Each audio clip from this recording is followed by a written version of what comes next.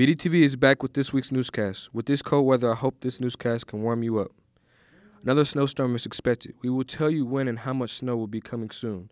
And we have common sense for you guys, the first one of the year. Also, we will have a celebration of Martin Luther King's birthday. BDTV, get it every week.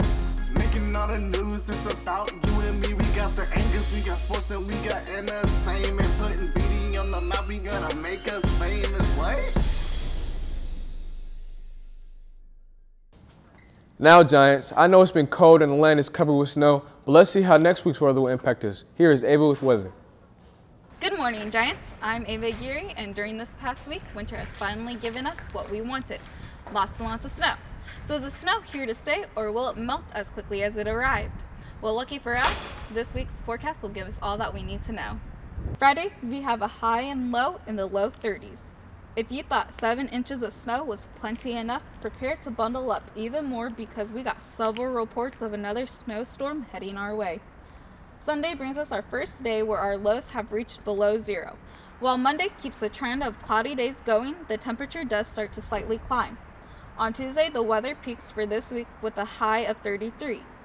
Wednesday is experiencing a mixture of snow and rain, and we wrap up the week with a mostly sunny day on Thursday.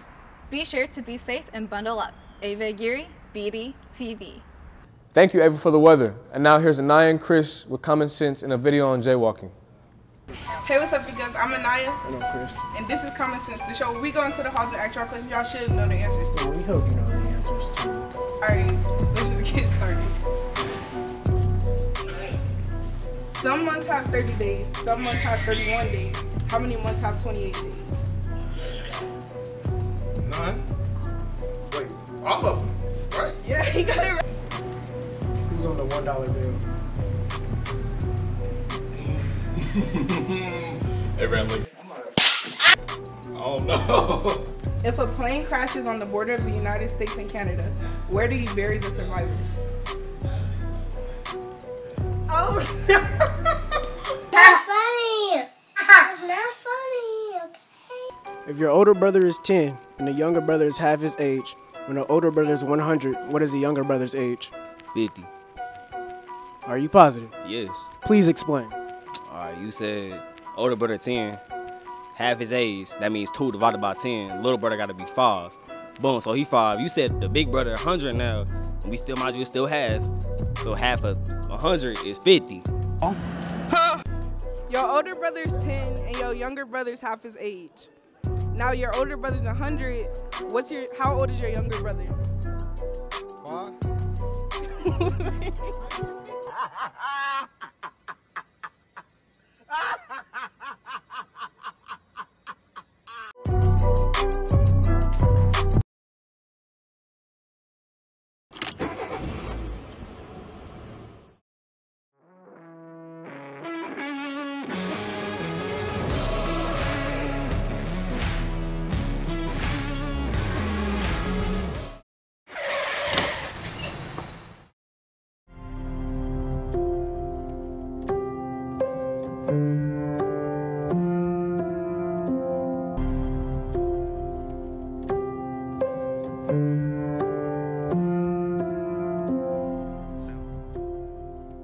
Imagine if you're the person in this situation.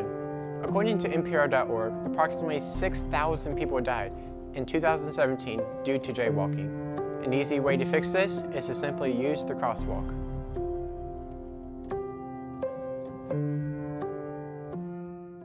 Hey man, there's a crosswalk right there you can use. Yeah, I know.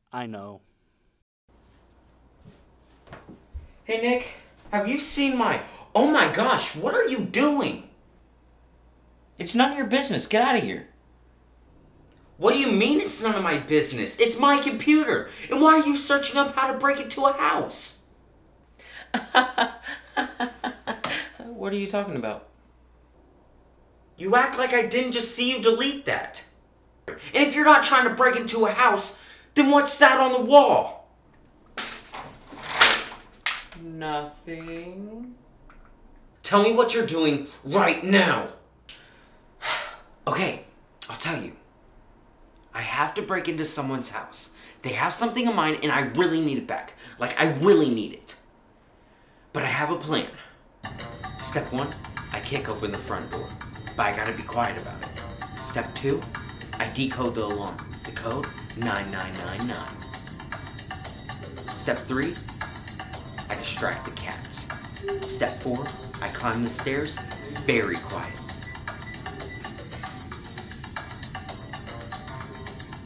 Step 5, I pick a lock.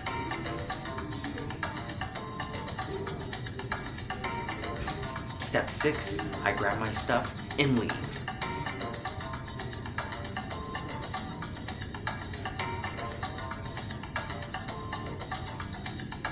What is that important that you need to break into someone's house? I can't tell you what I'm breaking in for, but I'm breaking in tonight, so I have to go. Okay, if you get caught, I'm not bailing you out.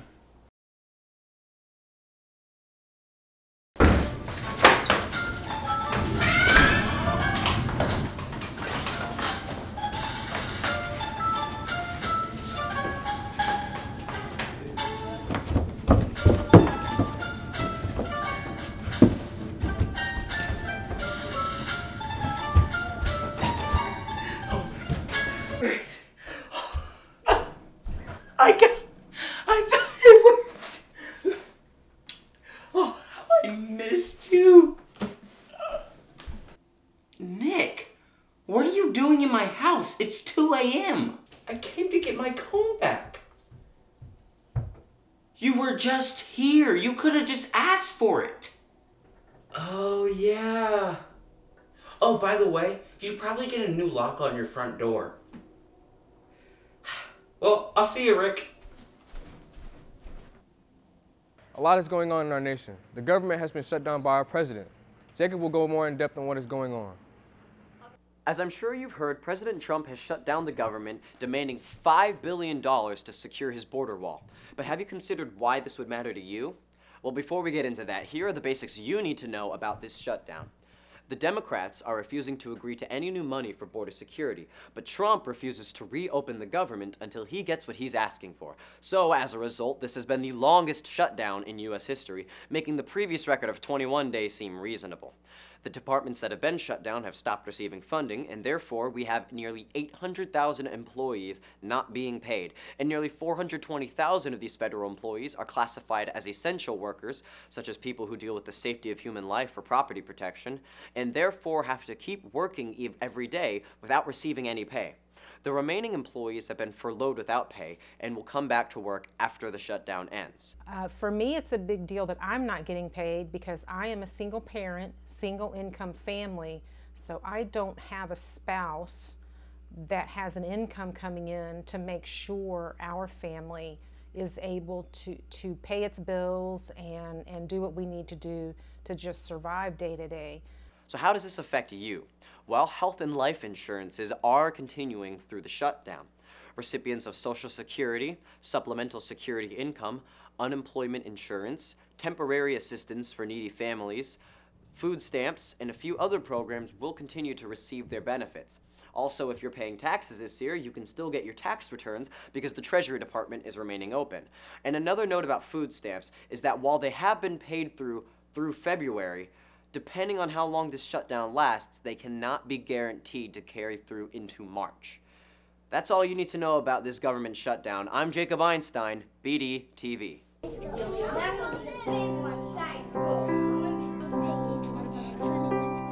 We are here for young children and their families. Awesome. In a state that doesn't fully fund quality preschool, many districts receive only funding for direct special education services for preschool children. This funding has been stagnant at $2,750 per child for all disabilities since 1991. Districts have to pull funds from other areas to cover the cost of their special education preschool programs. And although the needs of our special education children have increased, the funding to cover such specialized education programs has not. Yay!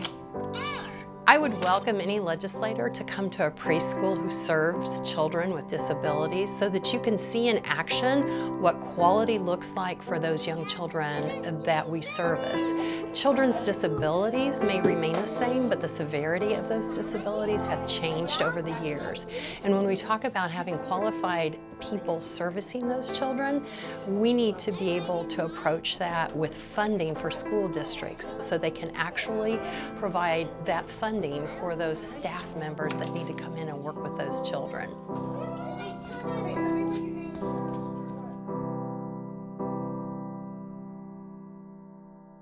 Teachers can be the difference in many of our lives. They spend a lot of time in the classroom, but what do our teachers do outside the classroom? Here's Beyond the Talk.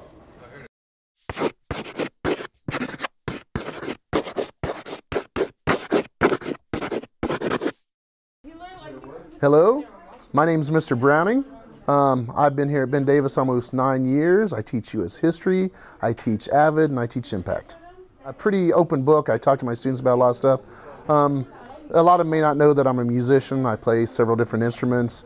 I write music. I've written dozens and dozens of songs. I play many different instruments.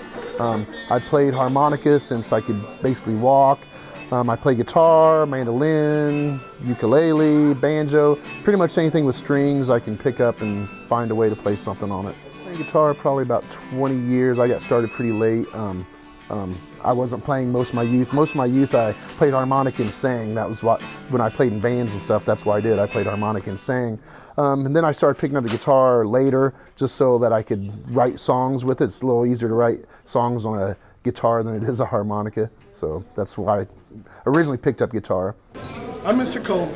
Here at BDU, I'm the work-based learning coordinator and classroom teacher.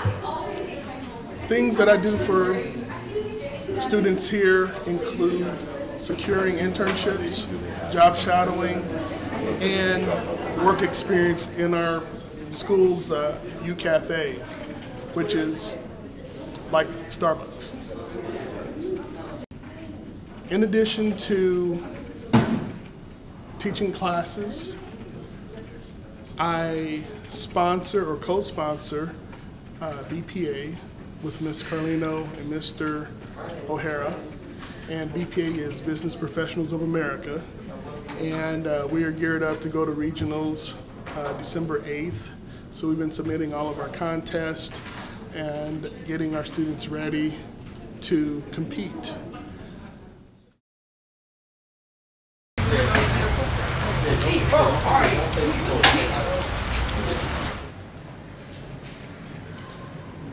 I couldn't hear you. Say that again.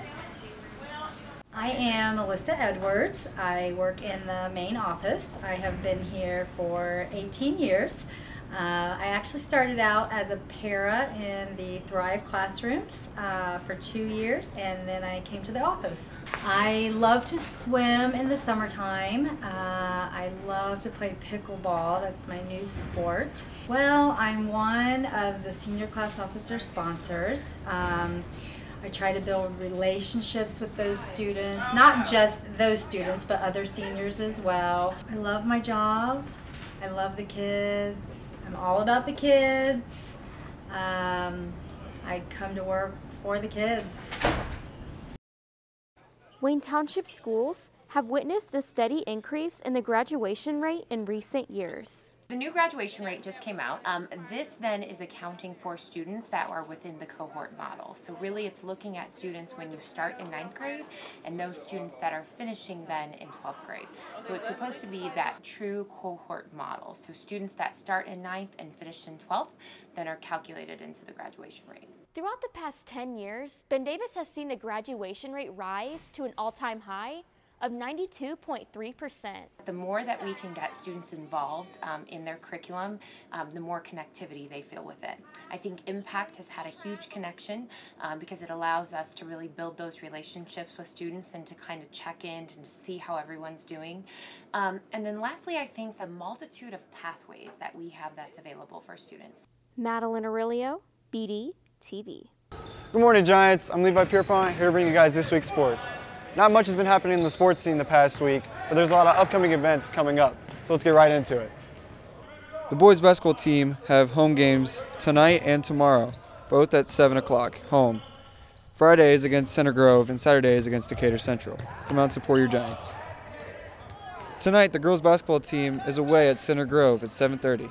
And Saturday, they're also away at Center Grove at 1:30. Come out and support your Lady Giants. Tonight, the swimming team is at Warren Central at 6 o'clock, and tomorrow, also at Warren Central at 10 in the morning. Come out and support your swimming team. The boys wrestling team has a mid-conference this Saturday at 8 o'clock in the morning at Lawrence Central. Levi Pierpont, BDTV. People all around the nation have been glued to their screens watching these past few playoff games. This weekend marks the date of the NFC and AFC championship games, determining what two teams will be at the Super Bowl game. We decided to speak to students here at Ben Davis High School to discuss what teams they are excited to see make it or break it on Sunday night. Well, I think the conference champions, the Patriots, are going to come out of it because I just don't think that the Chiefs are ready for it. They're too young of a team, and I think that the Rams are going to come out as well. They're just more of a complete team than the Saints are. Colts lost, which is good because I'm tired of everybody in Indianapolis talking about them. If it has the Patriots, it's probably, it should be entertaining, I guess, since they're always usually they're always entertaining. I'm excited for halftime, because I love me some Travis Scott. But yeah, commercials should be fun too. Oh yeah, and also the game. This is the final push for all these teams before the Super Bowl, the big game to win it all. Are you excited to see who will get the chance to get this year's trophy? Or are you just in it for the commercials? Whoever you side with, this is a big year for football fans. This has been Zach Watson, BDTV. Moral leader of our nation, I have the pleasure to present to you Dr. Martin Luther King, Jr.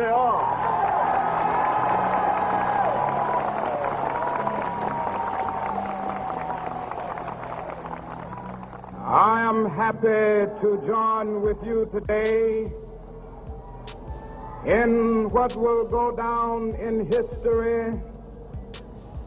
I've decided to stick with love. Hate is too great of a burden to bear.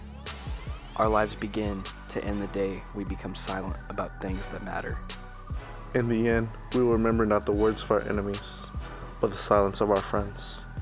Injustice anywhere is injustice everywhere. Darkness cannot drive out darkness. Only light can do that. Hate cannot drive out hate. Only love can do that.